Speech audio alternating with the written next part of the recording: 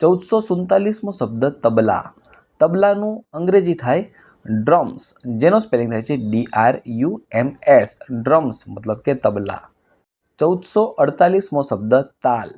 તાલને અંગ્રેજીમાં કહીશું રિધમ, જેનો સ્પેલિંગ થાય RHYTHM, રિધમ મતલબ કે તાલ. 1449મો શબ્દ તાળી. તાળીને અંગ્રેજીમાં કહીશું ક્લેપ. ક્લેપનો સ્પેલિંગ થાય CLAP, ક્લેપ મતલબ કે તાળી. 1450મો શબ્દ દર્શન.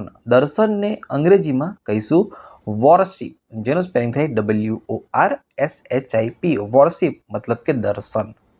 1451મો શબ્દ દાંડિયા. દાંડિયાને અંગ્રેજીમાં કહીશું ડાન્સિંગ સ્ટિક, જેનો સ્પેલિંગ થાય છે DANCINGSTICKS, ડાન્સિંગ સ્ટિક્સ મતલબ કે દાંડિયા. 1452મો શબ્દ દિવાળી. દિવાળીને અંગ્રેજીમાં આપણે કહીશું દિવાળી, જેનો સ્પેલિંગ થાય DIWALI, દિવાળી મતલબ કે દિવાળી. 1453મો શબ્દ દેવ. દેવને અંગ્રેજીમાં કહેવાય ગોડ્સ, જેનો સ્પેલિંગ થાય છે GODS, ગોડ્સ મતલબ કે દેવ. 1454મો શબ્દ ધામધૂમ. ધામધૂમને અંગ્રેજીમાં કહીશું પોમ્પ, POMP, પોમ્પ મતલબ કે ધામધૂમ. 1455મો શબ્દ નમાઝ. નમાઝને અંગ્રેજીમાં કહેવાય મુસ્લિમ પ્રેયર, જેનો સ્પેલિંગ થાય છે MUSLIM, મુસ્લિમ, PRAYER, મુસ્લિમ પ્રેયર મતલબ કે નમાઝ. 1456મો શબ્દ નવરાત્રિ.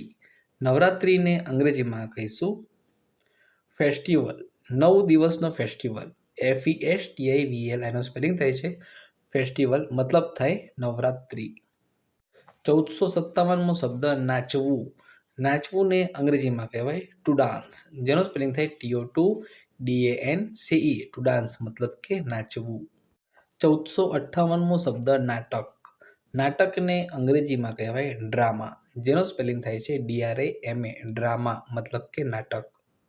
1459મો શબ્દ નાતાલ.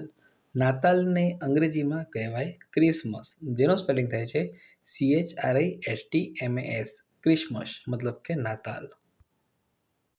1460મો શબ્દ નૂતન વર્ષ.